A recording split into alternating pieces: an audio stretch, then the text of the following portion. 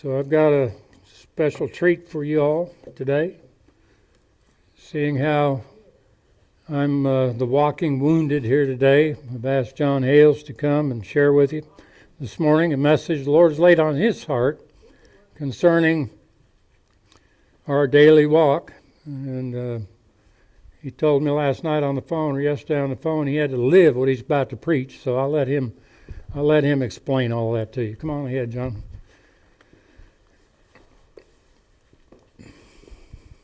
Put that in your pocket, and this on your ear.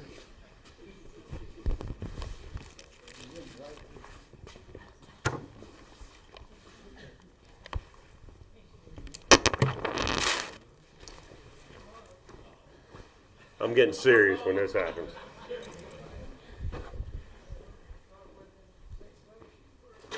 I didn't bring a jacket, and that's the cleanest work jacket I had under the back seat. So, and it stinks, to be real honest with you.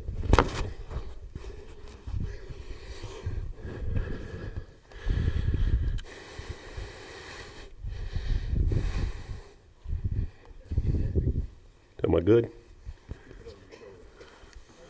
Thank you. All right.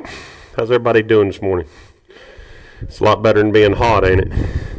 No, it's not. Not at all. All right. It's kind of funny. John was going in to get his shoulder operated on the morning he was going in, and I called him, and I said, hi, man, everything all right? I need to do anything for you on your way in? He said, no, everything will be good. I said, all right. I said, I'll be there Sunday. Take care of whatever you need me to take. He said, well, you going to be there Sunday? I said, yeah, I'm going to be there Sunday. I said, I'll be there. Take care of whatever needs to be taken care of. I said, who you got preaching? He said, you're going to be there Sunday. I said, oh, okay. And it's funny because some of the things that I've been dealing with in my life really pertain to all of us. And I really want to share where I've been, what's going on, because I think it's all of us. Y'all understand what the chastening process is with God? The Bible says that those that the Lord loves, he chastens. And that chastening idea is a sifting, a shaking up, a rattling. It's actually God stripping our flesh off of us, okay? And it's actually a painful deal. Nobody likes it, because everything that we've based our worth on, everything that we think we have got figured out, we find out we don't have figured out, you know? Sometimes we walk along long enough that we think that we've got the advantage on somebody, you know? I do a lot of work with drug and alcohol rehabs, and I tell the guys all the time in the rehab, I said, you know the difference between you and me? And they're like, yeah, we're on crack and you're not. I said, nope. The difference is experience. This truth that I teach, I've been walking it for 20 some odd years. So the truth is there's no difference between any of us, because God has made each of us a brand new creation, okay, that is perfect, righteous, worthy, and loved, okay? We are all his children, and that's true of all of us. So I have a question. If he's made you righteous, worthy, loved, perfect, if that's what he's done for you and he's done the same thing for me, what's the difference between us? Nothing. The only difference is I've been believing this for 25 years. Now, I want to tell you something about believing something for 25 years in the first place. I ain't never done anything for 25 years in my life. Okay? In my life. I've tried all kinds of kicks and gamuts. I've stayed married for over 25 years, but only by the grace of God, we almost got a divorce. Okay? I was ready to quit. But this truth that we walk in, this truth of the gospel that we walk in, God says, how, when you've walked in the light, can you walk in the darkness anymore? See, it's hard to go back. I wonder a lot of times, I see people that hear the truth of the gospel. They hear God's grace, that he's made them a brand new creation that's righteous and worthy. But yet, I see them fall off by the wayside. We've seen this happen a bunch. And it puzzles me, because I go, how can you get there when you've tasted life?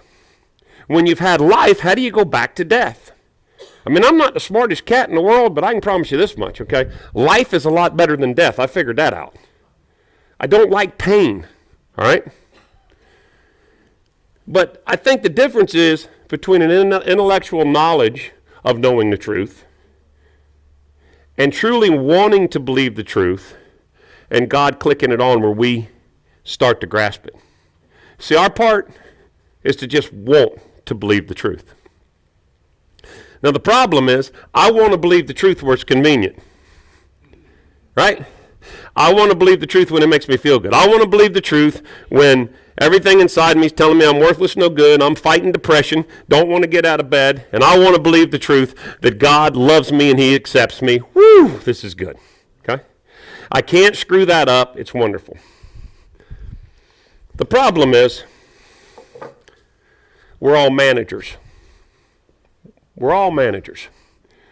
Every one of us sitting here tries to manage our own life, let alone everybody else's life. Okay? And it's been ingrained in us since we're this high that it's our job to manage ourselves, to be responsible to manage yourself, to keep yourself in check. Okay? Like, for instance, I've heard this all my life. Okay? I used to hear people say, well, the Bible says to be ye not drunk in wine, but be ye filled with the Spirit. So what that means is I can have a few drinks, but I can't get drunk. Okay? And so we start to manage our life by looking at the Scripture and saying, well, I know what I need to do. Okay? That means I can drink a glass of wine because Jesus turned the water. And so we start to rationalize, justify everything that goes on in our life as we're trying to manage our lives. Okay? I remember I used to say to my wife, okay, I'm the head of this house and you're supposed to submit to me. What did I want her to submit to? My control. Okay? The truth is, God does say, wives, submit to your husbands, but he says, husbands, love your wives as Christ loves the church. Completely different. She's to submit to the love. Not to submit to my law. But see, in that, I want to manage my marriage. I want to manage my children. I want to manage everything. How about this one? Okay? We kind of forget about God for a while. I mean, we know he's there. We got a relationship with him and everything. But we wait till things get really bad. Okay? And then when things get bad, or we perceive them to be bad, we start asking God to fix them. Right? God, I got a problem over here, fix it. And we believe that somehow, if we can, because we feel out of control, that we are going to be able to manipulate God to do what we think he wants us to do. Now, it's really funny, because I'm going to back up and then I'm going to pick up. When I went to Christian schools all my life, I know that surprises you seeing how I turned out. But anyhow, I did. My whole life. All right? And when I was in elementary school, I was made to pick a life verse. So I picked one. Okay? I actually picked the one that my buddy picked. All right? And it wasn't that it meant anything to me, but I picked Proverbs 3, 5, and 6. It says, trust in the Lord with all your heart, and lean not under your own understandings. In all your ways acknowledge him, and he will direct thy paths. Now see, we all experience that. See, at the salvation experience, when we got to the point where we said, I'm powerless, I can't do anything, my life's unmanageable, you came to believe that there was a power greater than ourselves, and we turned our will and our life over to God as we understood him. Saved. New creation. Okay? And see, we don't have a problem saying, well, I've trusted God with my eternal security. Right? God has saved my butt from hell. I've trusted him with my life. Okay? But it's really funny, because when you look at the 12 steps, we admitted we were powerless and our life was unmanageable. Not just powerless, but we couldn't manage either. And step 3 says that we turned our will and our life over to God as we understood him. 2 parts. Not turning my life over to God, but my will, that's a different story. You know what's a different story? I think I'm smart. How about you? I know the answers. I mean, I can have people come up to me in counseling and they say, well, John, got a problem. I go, okay. They tell me what the problem is. I'm like, well, that's stupid. Do this. Right? Because I think I'm smart. I know what you need to do. You need to do this. Okay? But see, the truth is the only true counselor we have is Christ, and he's the one that's managing. Now, it's funny because I have a problem with that. I always think I have to do something. I always want to do something. I don't want God, the little things that I think I can manage, that I understand, because I know how things work. I don't need him. Right? It's pretty simple. If I can buy a cow for $500 and I can sell her for $1,000, what do? You sell her, right? Only an idiot wouldn't make a $500 profit unless you ain't supposed to. See, and these are the little things that I'm talking about in managing. You go and try to save somebody. You see their life a wreck, and you jump in, and you're going to be a do-gooder, and you're going to save them, and you're going to fix them. Here's the question, why? Well, because that's what I'm supposed to do. Oh, so you're managing your life. See, and I'm getting down to these subtle things of this management. Oh, I know that God's God, and I've trusted him with my life. I know he loves me. I know I'm worthy. I know I'm righteous. I know all those things. But in the little things, I always think I know. Now, I'm going to tell you something that happened with me. It happened about, it was actually before Christmas. Nope, it was right after Christmas. And I'm not a big dreamer. I had a vision from God. I had a dream from God. That ain't me, okay? Not that God doesn't do that. I'm not saying that in any way. I had a dream that I knew was from God when I woke up. And in my dream, I'm walking along, and all of a sudden, this demon appears. And you know how you see it on TV, the little smoky smoke comes up before the demon. It's like haze, and you're like, what's that? And then all of a sudden, you start to see the face. It was like that, and all of a sudden, I started to see the face, and all of a sudden, this demon appears, and he's bigger than I am. I looked up at him. Didn't bother me, didn't make me nervous. I said, you know who I am? Get away from me. And he disappeared. I took one step, and here come the smoke again, and he come back. And I said, hey, I ain't got time for you. Get out of here. He disappeared, faded off. And I'm telling somebody, I don't know who I was telling, but I was talking to somebody, and I said, I don't understand it, okay? I know who I am, and I know that the demons have no authority, okay? So I don't play their game. It doesn't scare me, but this sucker is aggravating me to death because he keeps showing back up. And about the time I say that, this demon starts to show up again. And I looked, and I said, here he comes again. And there he is. And he's got this cocky-looking grin on his face. I mean, one that you'd want to punch him. You know what I mean? It's like, I got you. You know what I mean? And I said, do you see what I'm talking about? I don't know what to do. I can run him off, but he's coming back. And I heard God, clear as a bell. He said, look down. And I looked down, and there was a Monopoly board. Monopoly board. Game board, Monopoly. And in the middle of the board was every piece from the Monopoly game. Houses, hotels, the car, the wheelbarrow, the thimble, okay? All, and I seen them all. And when I looked down and saw them, I saw everything in my life, okay, in the past that I'd used to meet my needs that had been dealt with, to things that I look at today to meet my needs, all the way down to the control of a thimble in my life. And I saw it all, and it was clear. And I heard God say, look to the top of the board. And when I looked up at the top of the board, it was God.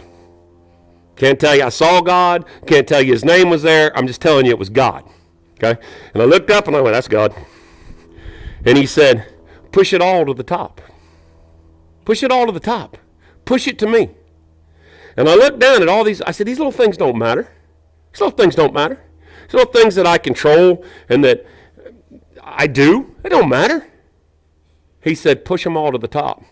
And I said, quote unquote, screw it, and shoved it to the top like that. And when I shoved it to the top, the demon exploded. I mean, he exploded. Poof! And he was gone. I got up the next morning, and I was like, about 4 o'clock in the morning, I got up, and I was like, God, first of all, I remembered the whole dream, which that's weird. Okay? And I was like, so what are you trying to tell me? I mean, what are we trying to, I don't get it. I don't get it, you know? The lies continually come back to haunt us because we try to control. You want to put to death the lies? You're going to trust God 100%. See, he's chastening you. You hear me? Remember when I started out, I talked about him shaking us up? The reason he's shaking us up is because he loves us. He said, you think you're in control? Watch this. And I go, whoa.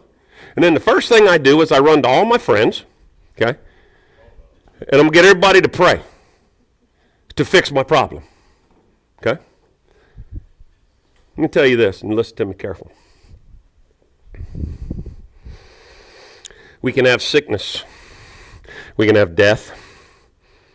We can have all kinds of financial problems. We can have all kinds of problems. And we run around and we try to get everybody together to gang up on God. Say, now listen, this child's got cancer, okay? We're going to have faith and we're going to believe that God's going to heal him. And we're going to have faith and we're going to have faith and we're going to have faith that God's going to heal him. And we get 10,000 people to agree that this child's going to be healed. You ever notice sometimes that child don't get healed? Here's the deal.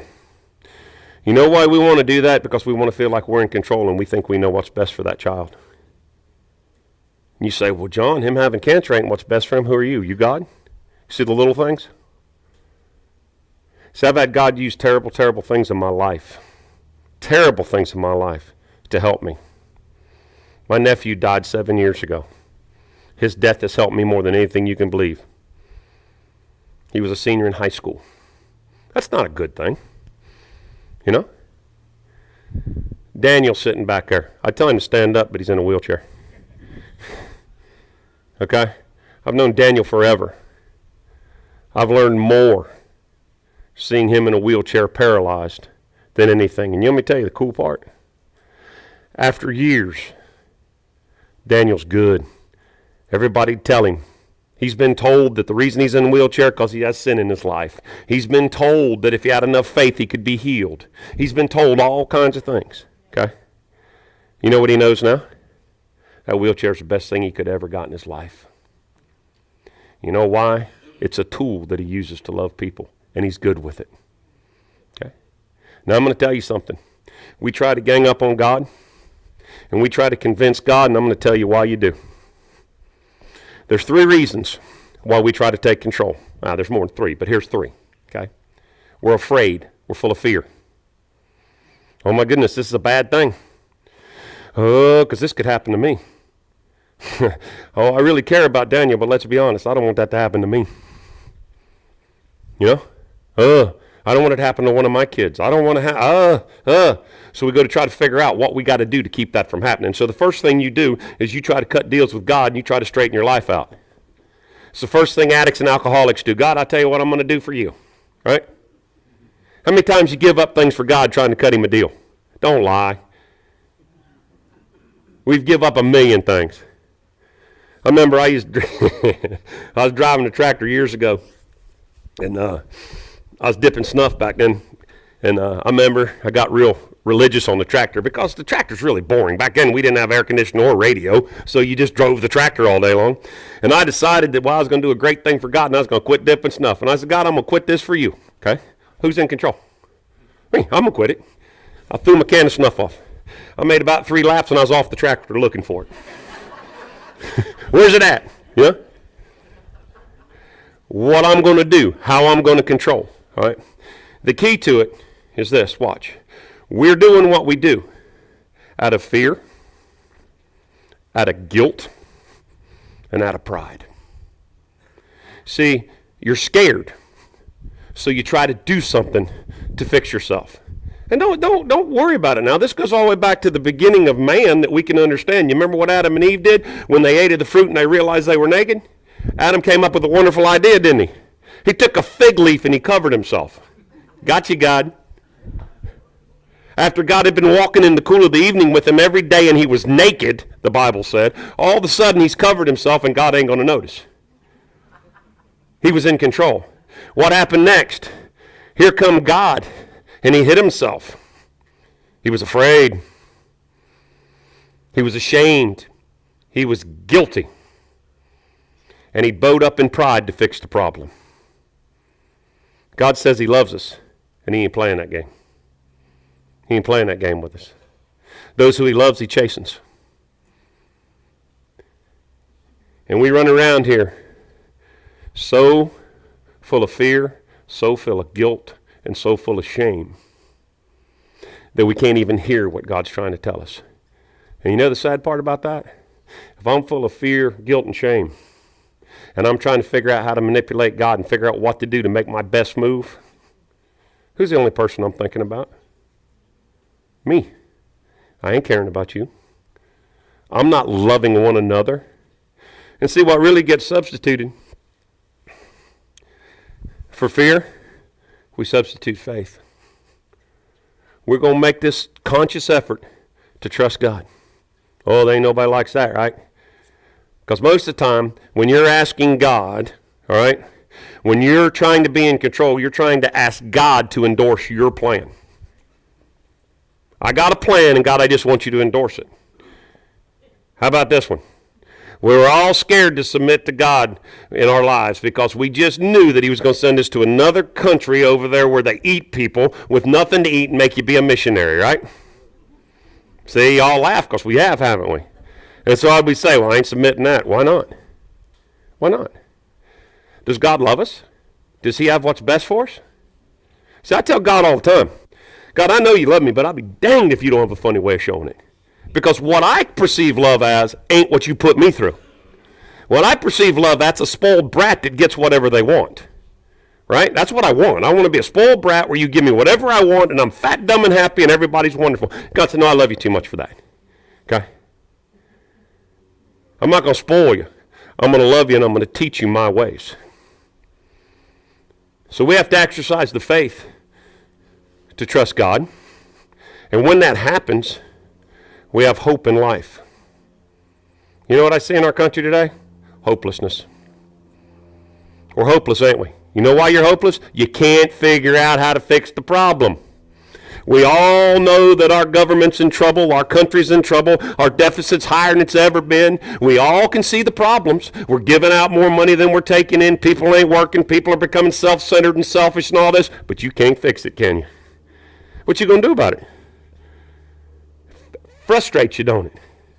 Oh. And then we say stuff like, well, if I was in charge, right? If I was in charge, I'd do it different. Who is in charge? God's in charge. Well, why would God let this be a mess? He's chastening you because he loves you. He wants you to trust him. Not your bank account, not your job, not your place in society, not how you perceive that people look at you. Him. And when we can do that, we can be effective. There's some of the things that we're called to do, okay, that God is laying out for us, and we won't trust him. We think we have a better idea, and we try to manage. Well, I think God said such and such, but John Glenn will tell you, for years now, he would come up to me and he'd say, listen, man, he said, I need you to do such and such. You know what my first answer is? Always, no. You know why? I want to hear from God about what I'm supposed to do. I understand there's a need, and he always says, that's cool, see what God's telling you.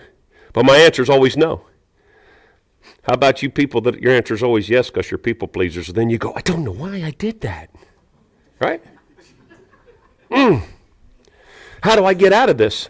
See, everything we're doing, we're trying to figure out how to manage. How do I get in it? How do I get out of it? How do I stop it from happening again? What do I do? Here's how, okay?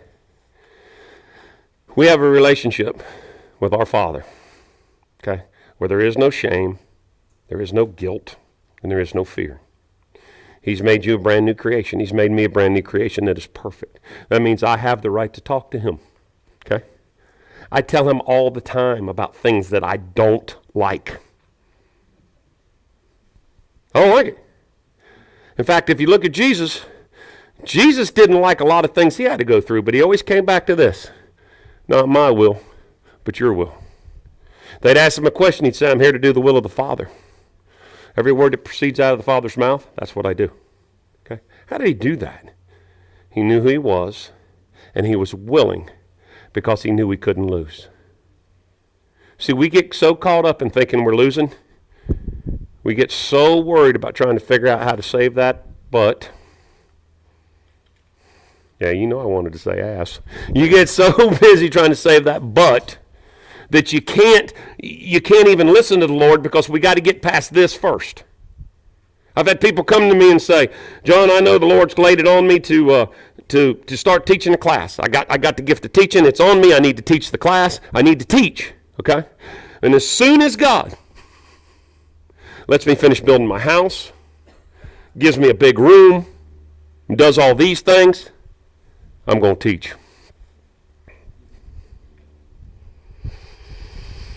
20 years ago, God told me to run a class for teenagers, to give them a place that was safe. Safe. I heard him. And when I heard him, I said, I got to find a place. I went up there and I found a building in the middle of Okeechobee. It's actually where Bell's Outlet Mall is now. It was before it was Bell's.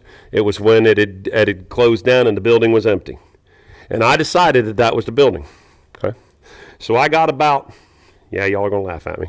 I got about 8 or 9 of my friends, and we got out there and marched around this building, and we claimed it in Jesus' name. It was our building by God, and this is where we were going to minister to youth, and this is what God, and of course I told them that. And they're following me. Here we go. Next thing I know, Bell's Outlet Mall rents the building and is moving in. And I was thinking, And I had some of the people that we marched around come to me and they said, John, we're going to boycott Bell's Outlet Mall because they're of the devil. I remember standing there thinking, wait a minute now. I had this wonderful idea. I liked the building. I figured the building would work. And here I am going to manipulate God and march around it and make him give it to me. I even had a name for it. Stupid name, but it was a name. It's called Hanging with Mr. J. Mr. Jesus, we're going to hang with him. Really cool. See, y'all laugh. Y'all have done the same thing. It all blew up. And I did the best thing I could ever do. I said, I'm done. If that's the way it's going to be, I'm not doing another thing. I'm done. Pretty good time passed after that. I don't know, year, 2 years, I don't remember now. I was at another church, and I was getting a hold of the gospel ministering to teenagers, and they nicely asked me to leave. And I thought it was the worst thing in the world that could ever happen. I had 100 teenagers. They told me that what I was doing with the kids was the closest thing to heresy they'd ever seen because I wasn't supporting the church. I wasn't building the church and teaching the kids that they needed to be there every time the doors were open. I said, I don't care if they're here, whether the doors are open or not. And we have a problem because I don't look at the church as this building. It's you guys sitting out here. That's the church. Okay? And I told them that, and they didn't like it. And what they really didn't like is because I was loving these kids. Okay? They'd listen to anything I told them, and they were scared. You know why they were scared? Because I wasn't hammering these kids with the law. I was telling them that they heard from God, to listen to God, tell them what to do. And you'll know how. Because the motivation behind it will always be love if it's from God. It'll always be love. How are you going to go wrong loving? So even if you step out and you miss the boat and you're trying to love, you're still all right. Right? Doesn't matter. You can love. They made me leave. They gave me some options. I didn't like them, so I left. I'll never forget. I had all the deacons there. They called me into the office with the preacher. You're in trouble when you get all the deacons and the preacher. And they proceeded to tell me how worthless and no good I was. That's what I heard. And after they got done telling me how worthless and no good I was, and I told them I was going to leave, then they decided they're going to pray for me. So they went around the room and one deacon after another prayed for me that God would save me from the terrible wreck that I was in, the downhill spiral that I was on, that I had been blinded, and that on and on. So they went around and did their best, and they all got done, and they picked their heads up. And I said, I really appreciate that, fellas. Would you mind if I prayed for you? And they, of course, you can't say no. And they said, yeah, that'd be okay. They dropped their heads. I said, no, pick your head up and look at me. And I prayed a simple prayer. And I said, God, I ask that you would open their spiritual eyes and ears to hear from you. Thank you, Lord. And I walked out. When I walked out, those men were sobbing. Sounded like, I'm telling you, it sounded like babies. That, and I went, dang, man. I left there. I went home. I've been hurt. I've been mad. I just as soon kill them as I would look at them. Okay? But not my will, your will, God. I'll do whatever you want me to do. If I'm supposed to leave, I'll leave. I thought it was the worst thing in the world that could ever happen to me, being thrown out. I told God, what about my kids? He said, they ain't your kids, they're my kids. I went to the house, and I'm back at the same spot. I ain't doing nothing, God. I've been beat up and bruised. I ain't doing nothing till you tell me what to do. Wednesday night rolls around. This boy calls me up. Oh, yeah, by the way, what really got him is I had two kids come up on a Wednesday night and wanted to talk to me, and they were sitting out in the car, and back then they played that head-banging music where they'd bang their heads, and they had that head-banging music on. They were in the parking lot smoking cigarettes, and I walked out there to talk to them, and those two boys told me, unless you can tell us why we shouldn't do it, we're both going to kill ourselves tonight. So I'm in the parking lot with them, and I looked at them, and I said, the only reason I can figure why you shouldn't kill yourselves is because God loves you, and he's made you perfect and righteous. The music went off. They sat there with tears in their eyes, and they drove off. And never seen the boys again. Didn't read in the paper where they killed themselves. That was the incident that made them mad, because I was in the parking lot talking to two kids smoking cigarettes. How does that look? Playing that devil's music. How does that look? I said, I don't care. I went out there to do what I was supposed to do. That's the reason, okay? I'm there at the house. I get a phone call. This kid calls me up, and he says, would it be all right if I come by and talk to you? I got some problems in my life. I said, sure, man. You can come talk to me. He come to my house. It was a Wednesday night. He came to my house. He sat down at my table, and we talked. I have no idea what we talked about. Don't remember, but we talked. He thanked me after we got done talking. He left. Following Wednesday night, he called me up, and he said, hey, John, can I come by and talk to you again? I said, sure, man. You can come talk to me. He said, can I bring a friend?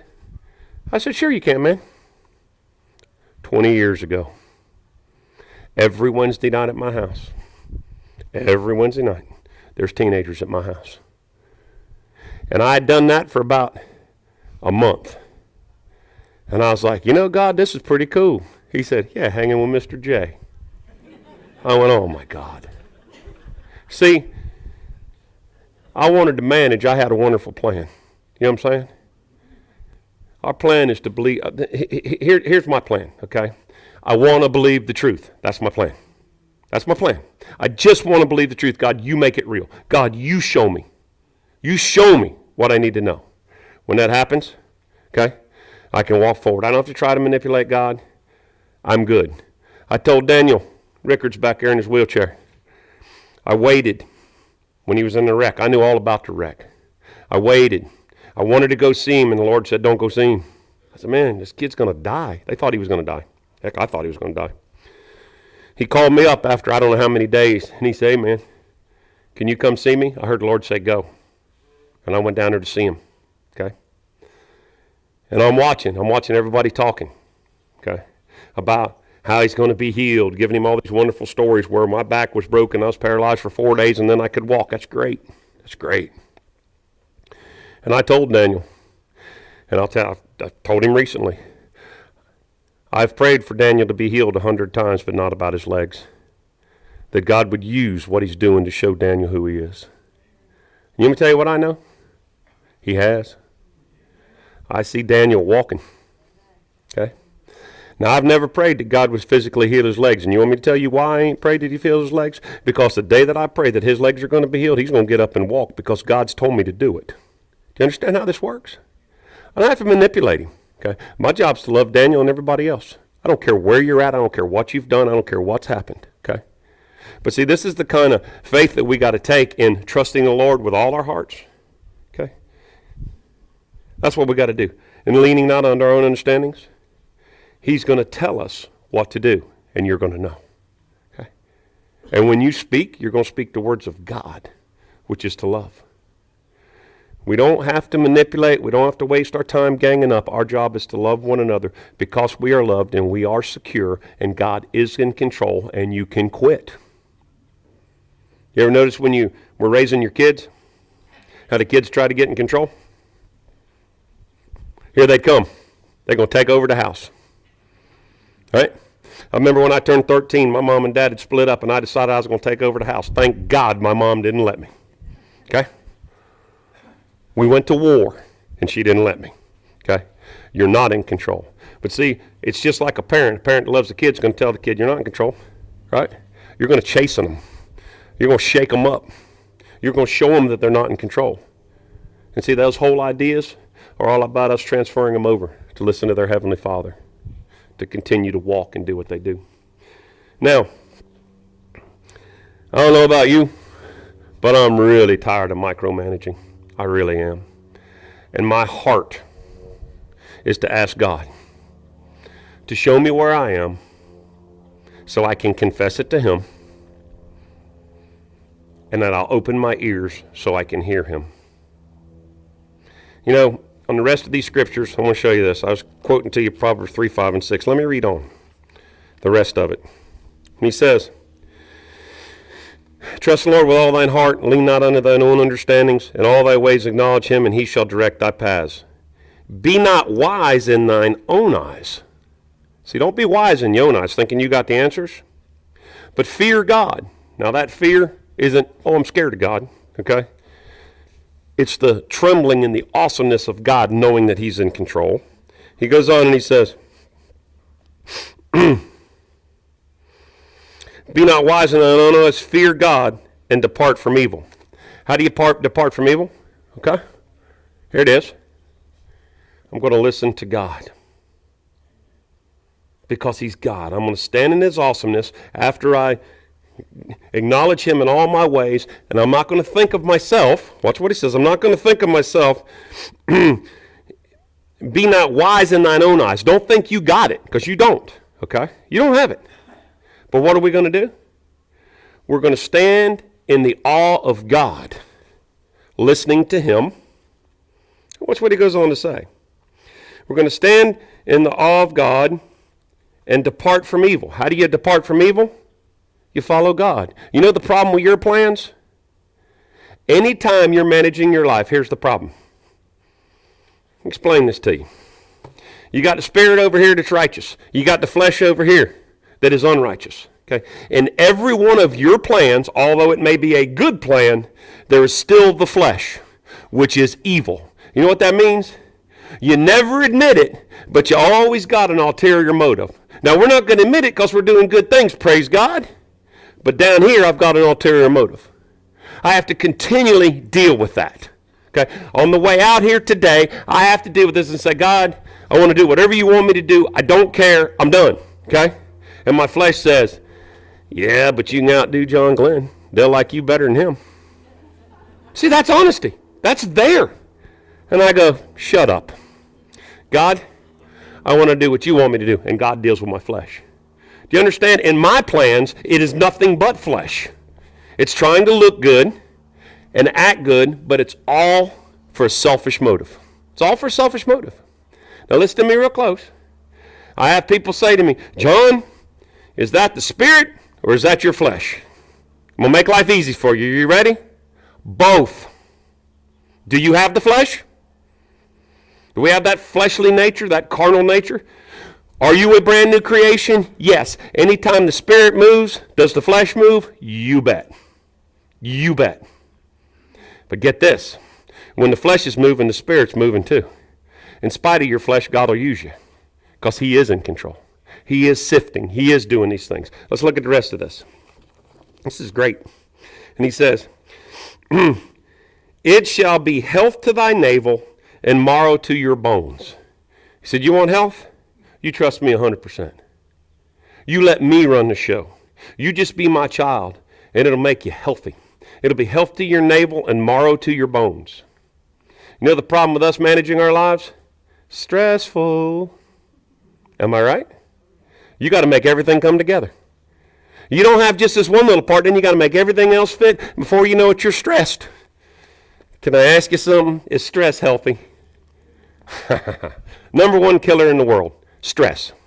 Heart attacks, strokes, stomach issues, cancer, on and on and on. Brings more of it on than anything. Stress. You want to get stress free? Quit managing. Quit managing where you have no business managing. I'm just telling you what the Lord's been telling me. You do what you want to do with it. Okay? He goes on and he says this. Honor the Lord with thy substance, and with the first fruits of all thine increase. He said, you trust the Lord and honor him. And listen to him. Okay? And you give him the first fruits. See, it ain't about what I do. Oh, that John's a wonderful speaker. Yeah. No. God's a wonderful speaker. Okay? You give him the first fruits. I ain't setting you free. John the flesh will manipulate you, take your money, and leave you in the gutter. Do you understand? The only thing good that comes out of me is Christ. Thank God I'm a new creation. And I'm going to choose to believe that. See, you're no different than I am. When I go to managing, I am selfish. I'm telling you. Oh, it'll look good because I know how to do that. I know how to make it look good, don't you? Praise God. He goes on. We're almost done. Stay with me. He says, so shall their barns be full of plenty, and thy press shall burst out with new wine. Woo, we're rich. Watch this. Your barns are going to be full because God's going to give you everything you need to carry out his plan. You try to fill your barns, you're selfish. Look what I got. Right? And this is what God's saying. You do these things, and you are going to have everything you need. You know why you don't trust him? Scared. You think that you got to institute a plan to save yourself? Oh, no, I got to do this, this, and this. You know what I used to believe? This is crazy. This is what I used to believe. I used to believe that I had my work and I had my ministry. You ever tried to balance them? So over here, I got to go to work, and over here, I'm going to minister. It would wear me out. I was so frustrated I couldn't stand it until I understood that my work was my ministry. Now I can minister everywhere I'm at. I can minister at work. I can minister here. I can minister to my family. I can minister on the street. It don't matter. I can love people, the ministry, okay? And there's no division. See, the problem with the division is I'd say, no, in business, I'm going to handle this, God, okay? Because I know how to handle business. I know much more about growing a calf than you do, God, but then I remembered he owns the cattle on 1,000 hills, so he ought to know more than me. But anyhow, watch. I got this, God, but over here I'm going to listen to you, praise God. And see, I'm running a double life. And it's destroying me because I'm trying to manage my life. If it's all his, it doesn't matter. Okay? And you know what's funny? All of us have what we need. Now, we may not have what we want, but we got what we need. Okay? And you know what I found? As I listen to the Lord and don't try to manage my life, I am more content than anything that I can do on my own. I don't care how much money you can make. I don't care what you can get, what you can own, what kind of prestige you get. I am more content because here's what happens. When I can actually love you, watch what comes back. The truth that God loves me. See, it just pours back into my life. I'm okay. I don't want to micromanage that out of my life. I want to do what I'm supposed to do. He says, your barns will be full. Okay, and your press will be doing its thing. Hang on. And he says, so shall thy barns be full and plenty, and the press shall burst out with the new wine. My son, despise not the chastening of the Lord, neither weary of his correction. Now listen to this. Here's the mistake we make. And when God chastens us, I always used to say, why have you abandoned me? You're not putting my plan together. He said, no. Don't despise his chastening, and don't get weary of his correction. Because he loves us, he's going to chasten us, put us through hard times. So, right? Because he loves us, so he can teach us who we are. How do we beat that? See, nobody likes that, though. I guarantee you one thing, them TV preachers don't preach that. They teach prosperity, don't they? By God, you just give 10%, and God's going to bless you 700-fold. And you're going to have everything you want. You want a new house, you'll have a new house. You want a new this, you'll have a new that. Right? God's going to bless you. My favorite preacher was the one that I heard talking about how the rivers of blessing were going to flow on all God's people. But in order to get a pump primed, okay, you got to put something in it. If you want to get water, you put water in the pump to prime it. You want to have financial blessings, you put hundreds in the pump. I went, are you kidding me? Oh my gosh. But see, we're taught, you name it, claim it. You're going to have it because you're a selfish turd, because it's all about you. Right?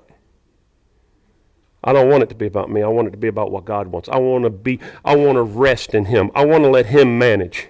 I want to be able to deal with bad things when they look terrible. I want to be able to deal with it when my nephew's dead. I want to deal with that when he dies. I want to trust God that God's in control, okay? And he's using everything. I don't want to micromanage, because if I manage, I'll hate God for taking my nephew. You understand that? I'll hate him for what he's done. Some of us are sitting here hating God because God hasn't met your plans. Get honest, you hate him because he ain't done. You've gone through divorces. You've got children that are addicts. You've lost children. You've had all kinds of problems, and you blame God. And not only do you blame God, but then it comes back and you blame yourself because you didn't do your job. Okay? Trust him. Trust him. Let me give you my life verse one more time. Trust in the Lord with all thine heart, and don't lean on to what you understand. In all your ways, acknowledge him, and he's going to direct your path. We can summarize that and call it life, because outside of that, it's death. Let's pray. God, I thank you today that you are in charge. In spite of our attitudes, my attitude of thinking I'm in charge and thinking I can do something to make it happen. God, I thank you that you love me and you chasten me. I thank you that you chasten each of us. I look at your chastening as love, not punishment. And God, I just ask that you continue to chasten us so we can do great and mighty things for you, so that we can hear your voice, and so that we can continue to grow and love one another. I thank you for this place that you've given us, that we can meet together and share the truth and practice loving one another. Because, Lord, it's hard enough for us to love one another, let alone the rest of the world. It's tough.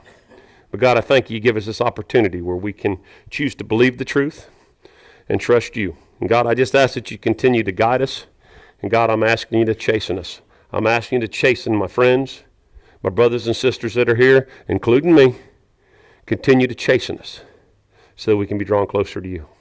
I thank you that you care enough to chasten. In Jesus' name.